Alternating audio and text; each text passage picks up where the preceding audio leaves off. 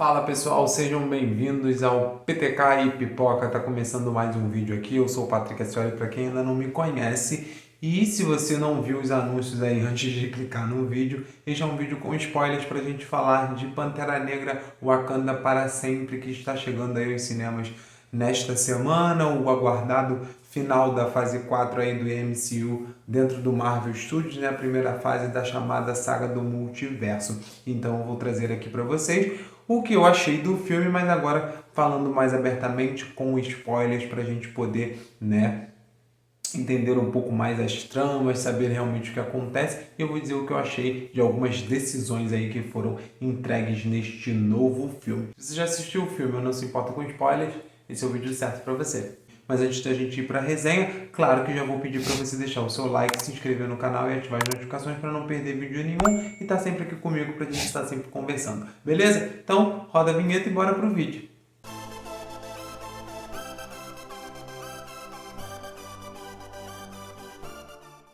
Bom, para começo de conversa, né, a gente já tem o filme iniciando ali, a primeira cena do filme é a Shuri ali conversando com uma inteligência artificial, né, uma espécie de Jarvis ali, uma inteligência artificial que ela desenvolveu, que está ajudando ela a recriar, né, a erva coração, né, que para quem não lembra é aquela erva que dá os poderes do Pantera Negra, né, aquela erva mística lá de Wakanda. Ela está tentando fazer isso porque o T'Challa está doente, né? Aí essa é a explicação para poder tentar salvar o irmão, só que ela não consegue fazer isso e ele vem a falecer, né? Em decorrência aí do falecimento do Chadwick Boseman. Eu achei bem interessante eles terem optado por isso, e não por uma morte em batalha, né? E aí pela própria jornada da Shuri, pelo sentido de ela ser uma cientista ali e ela tentar salvar o irmão e ela não conseguir. Então isso faz com que a gente entre dentro dessa jornada dela, né, e da forma que ela lida com o luto.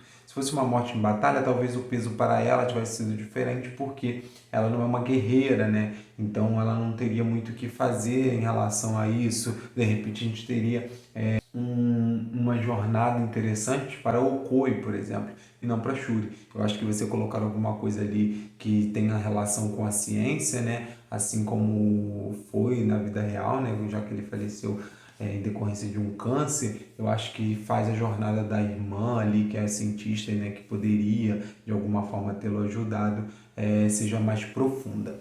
E aí, assim, daqui pra frente, né, os spoilers que eu digo que eu vou trazer aqui são muitas coisas que a gente especulou durante meses que, né, poderiam acontecer, coisas até que eu discutia também aqui no canal, né, num vídeo passado, né, em que eu estava teorizando sobre o que poderia acontecer no filme, e a Shuri realmente assume o manto de Pantera Negra lá no final. A jornada é muito interessante quando isso acontece, porque ela se afoga no trabalho, ela não sente a dor, você não vê ela necessariamente chorando, a gente vê que ela tá mal, a gente vê que ela realmente está sentindo a falta do irmão. Eu acho que muito disso também vem da própria Letitia Wright, que com certeza sentiu a falta do amigo, né, do Chadwick, e ela tem toda essa jornada ali em decorrência desse falecimento, né, desse luto que ela está seguindo ali, e muito também do que a mãe dela traz.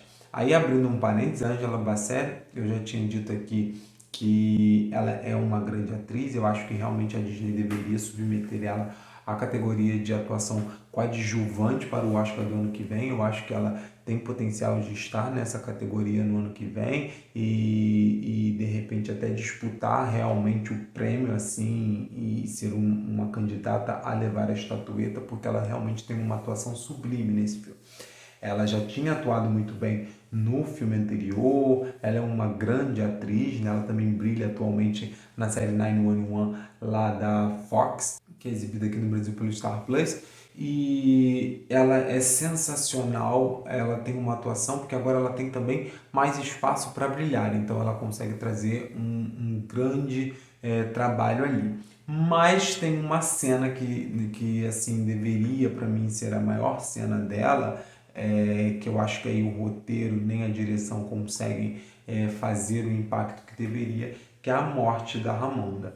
A Ramonda falece ali no primeiro ataque do Namor ao Wakanda, e ela, para salvar o Riri Williams, que acaba se afogando, ela acaba falecendo ali, não consegue ser reanimada. Então, um ano depois do Chadwick, né, que a gente primeiro vê o funeral dele, passa-se um ano depois, aonde a trama do filme começa a acontecer, e aí logo depois de alguns dias desse aniversário de falecimento do T'Challa, a mãe dele também acaba morrendo ali por atitudes do Namor, o que também acaba levando a Shuri finalmente a assumir o manto de Pantera Negra, tomar a erva coração, né, ir ao plano ancestral e assumir o manto ali que foi do pai e depois do irmão. Aí, falando sobre essa jornada da Shuri, quando ela vai para o plano ancestral, ela encontra o Killmonger. Não é nem o irmão, né? Obviamente ali porque o Chadwick não poderia fazer essas cenas. Não é também a Rainha Ramonda e também não é o pai T'Chaka. É o primo Killmonger. E aí eu acho também muito interessante quando eles trazem esse contexto do Killmonger, né? A gente já havia muita especulação, muitos rumores de que o Michael B. Jordan poderia aparecer no filme, né? Isso foi reforçado ainda mais quando ele esteve na premiere do filme lá nos Estados Unidos. Mas aí, né, como ele participou do primeiro filme, como ele é amigo do Ryan Coogler, né, já tinha feito outros 2 filmes com ele, além de Pantera Negra, ele, né, poderia estar ali só para prestigiar, como muitas outras pessoas vão. Mas não, ele faz essa participação do filme, aparece nessa cena, e ele contesta, né, a irmã e continua nessa dualidade que ele tinha, né, com o T'Challa no filme anterior, que eu cheguei até a comentar no outro vídeo sem spoiler, né, sobre os dois estarem imersos ali na mesma situação, de certa forma, e os dois terem visões muito diferentes de como ter atitudes, de como agir ali em relação àquilo ali, a opressão e tudo mais. E ele fala, você vai ser honrada como seu irmão ou você vai ser mais como eu e vai realmente fazer o que precisa ser feito. E a Shuri realmente, mesmo não admitindo, mesmo não falando para ninguém, né, a Nakia até questiona ela sobre quem ela viu no plano ancestral lá, né, no plano espiritual, e ela não conta, ela também reluta contra isso, sobre abraçar a vingança, sobre se igualar ao Killmonger ali de certa forma, mas ela acaba realmente entrando numa jornada para se vingar do Namor pela morte da mãe ali, e ela chega até a dizer pro Killmonger, né, porque por ele ter queimado a Eva Coração, isso acabou matando T'Challa e consequentemente a rainha Ramonda ali por causa da invasão do Namor, né, porque ela entende que se existisse um Pantera Negra, né, que deveria ser o irmão, o Namor não teria conseguido matar a mãe dentro de Wakanda. E me incomoda um pouco também a rainha ter morrido assim, porque eu fico imaginando, poxa, mas todo super-herói da Marvel tem que ser órfão, assim, né? Ela perdeu o pai, perdeu o irmão, perdeu a mãe, né? No mesmo filme a gente vê ela ter essas 2 perdas, né? A gente viu isso acontecer com o Thor, a gente já tinha um contexto desse com o Tony Stark, a gente teve recentemente, por exemplo, o Homem-Aranha também, né? O Peter Parker perdendo a tia May, né? Ele já tinha perdido o Ben, teve que todo mundo esquecer dele. Então, assim, isso me incomoda um pouco de ter que perder sempre a família, sempre ter que perder alguém. Gostaria de mais ver contextos de super-heróis com famílias, com pessoas ali junto deles e não sempre sofrendo essas perdas, né? Tenha perdas, claro, né? Porque toda jornada, né? Principalmente a jornada do herói, precisa de perdas, né? Para poder fazer o crescimento. Mas eu acho que poderia, né, ter sido pensado de outra forma, não sei. E eu acho que também a Angela Bassett é tão boa, né? E ela mostrou tanto potencial nesse filme, mais do que ela já tinha mostrado no anterior, que talvez também seja por isso, né? O fato de ela acabar tendo que, né, sair desse contexto, saindo desse universo, assim. Mas eu acho que a gente poderia também trazer. Eu entendo, né, porque eles queriam fazer essa questão da Shuri, encontrar o Killmonger e ir para a questão da vingança e de certa forma contextualizar com o filme anterior, fazer mais sentido, fazer aquela ponte ali. E eu acho que ali, dentro disso, o roteiro só teria como realmente tirar a mãe, né? Eu acho que poderia se pensar contextos diferentes para personagens diferentes, para a gente poder também ter uma pluralidade maior de histórias e de criatividade, né? Mas eu entendo também a decisão que eles tomaram. Imagino que com o Chadwick ainda vivo, né, eles acabariam realmente matando a rainha mãe, né? Mas aí o T'Challa ainda teria a Shuri ali. Como infelizmente o ator faleceu e o personagem também faleceu ali, a Shuri acabou tendo que ficar sozinha, né, já que, acredito eu, precisava-se de alguma perda para ela poder ter esse embate com o Namor, mais movida pela vingança, né, e influenciada ali pelo Killmonger, de certa forma, que foi com quem ela teve contato no plano espiritual. E aí essa questão do namoro, né, que eu já falei várias vezes aqui, o que acontece ali no contexto do filme? No final do Pantera Negra, o T'Challa abre o Wakanda para o mundo, ele revela, né, sobre as reservas de vibrânio e tudo aquilo que a gente já viu lá no final do filme de 2018. Né? A gente não teve muito tempo para desenvolver isso, porque logo depois o Wakanda foi ali o palco para a batalha, né, dos Vingadores remanescentes na Terra contra o Thanos e tudo mais, né? A gente teve a invasão do Thanos, a gente teve o Blip e a gente teve o retorno das pessoas, então não teve muito tempo de se discutir essa questão de Wakanda.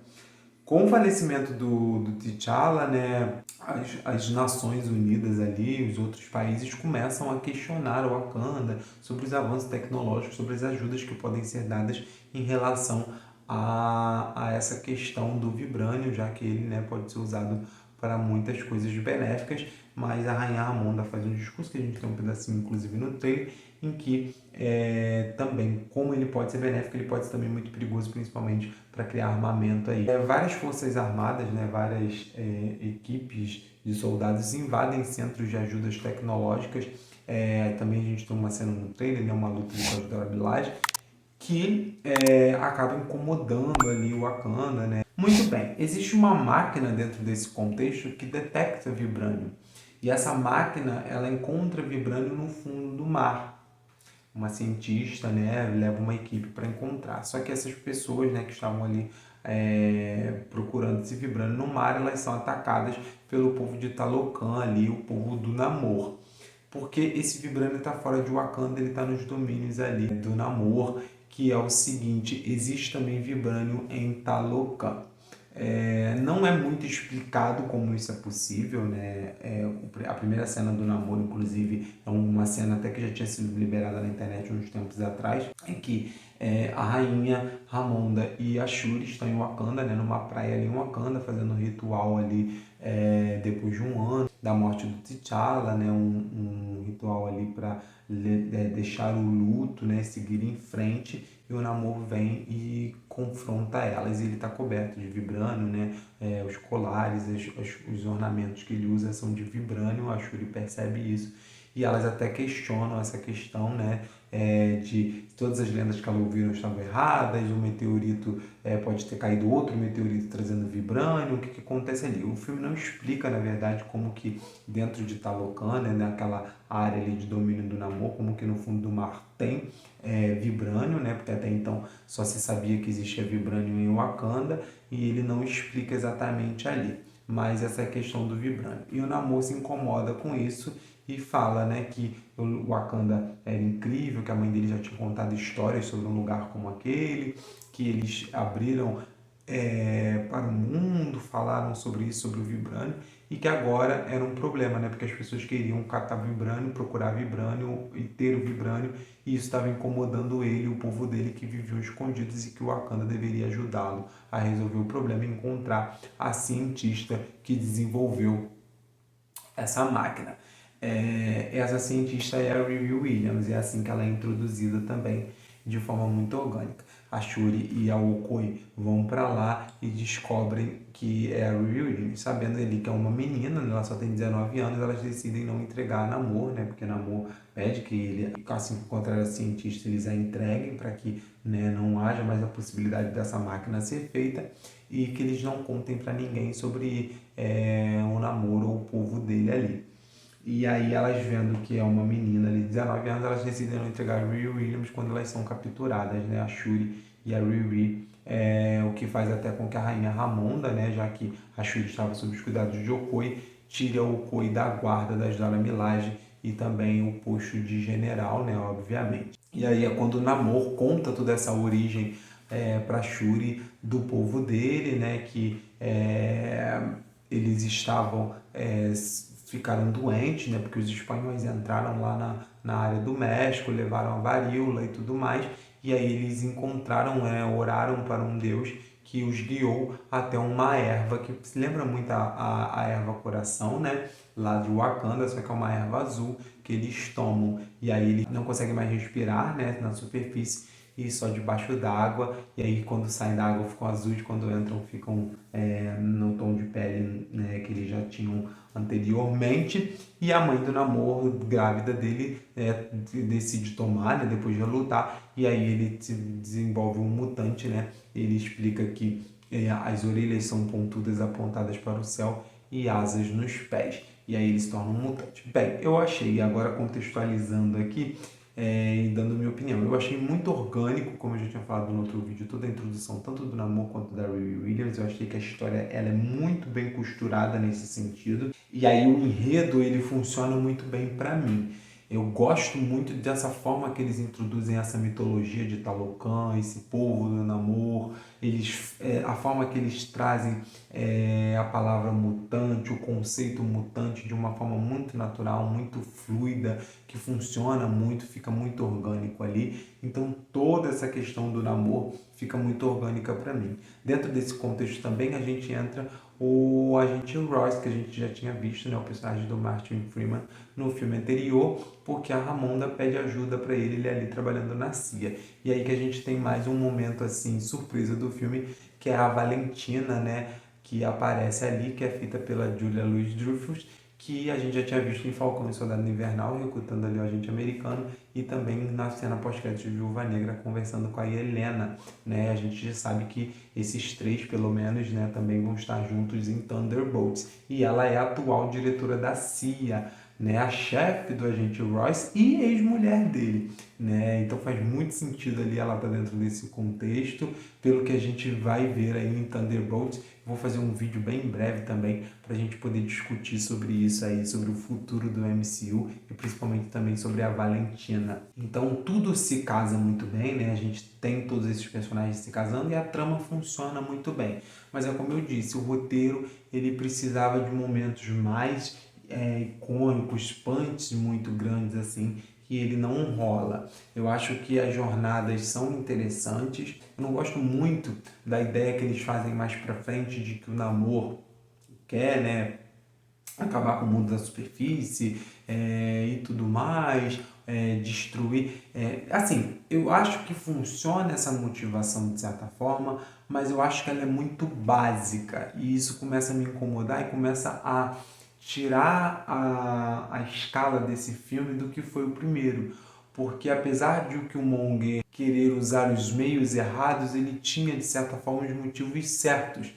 Mas aqui eu acho que o Namor, eu acho que é coerente sim, mas eu acho que deveria ser mais profundo. Eu acho que na verdade é isso. Eu acho que eu queria que fosse mais profundo essa questão do Namor em relação ao mundo da superfície, né? Porque depois, quando ele sai de lá, né? Porque a mãe prometeu, fez ele prometer que ela seria enterrada na terra dela e quando ela morre ele leva ela para ela ser enterrada e ele vê o povo dele escravizado, vê muita coisa lá que ele não gosta, então ele fica esses anos todos querendo, né? Escondido ali, mas esperando um momento oportuno para trazer a derrocada do mundo da superfície e ele decide que o Wakanda deveria ali ajudá-lo. No final, né, quando a Shuri assume o manto de Pantera Negra, ela derrota o Namor, ela não mata, ele sai vivo dessa e sai ali com planos ainda de concretizar o que ele almeja. E assim, eu acho que funciona essa ideia dele,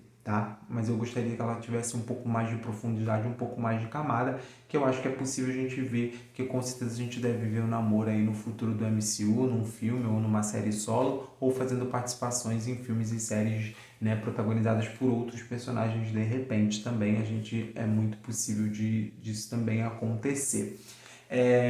Eu acho assim que dos grandes momentos do filme realmente ficam as cenas da Angela Bassett. Eu acho que ela faz um papel incrível assim. Gosto muito também dessa jornada da Shuri. Ela não me convenceu tanto como Pantera Negra. A cena, por exemplo, final dela com o Namor, eu achei que deveria ser mais explosiva, mais emblemática, assim, não é. As cenas dela como Pantera Negra não são tão incríveis como eu esperaria. Talvez eu acho que a Letitia não esteja tão confortável ali, né, no papel de Pantera Negra. Tem umas cenas legais quando ela aparece de Pantera, mas não são assim emblemáticas. Eu acho que as cenas do Chadwick, né, do T'Challa ali eram incríveis, eram sempre emblemáticas, eram sempre momentos muito catárticos, assim, muito explosivos, muito incríveis, os embates que ele tinha, é, com a luta que ele teve com o Killmonger, por exemplo, a luta que ele teve com o próprio Soldado Invernal, o Capitão América, todos os momentos ali dele, as falas dele, a forma que ele tratava tudo, né? A gente tem no Guerra Civil também a fala dele com o Zemo ali, a gente tem sempre uma imponência muito grande que aqui eu não sinto. E aí eu acho que também por falta de desenvolvimento do Pantera Negra em si, né, do super-herói em si, já que ele aparece bem ali no finalzinho, a Shuri aparece como Pantera Negra muito no finalzinho mesmo, ali por volta de 20, 30 minutos antes do filme terminar.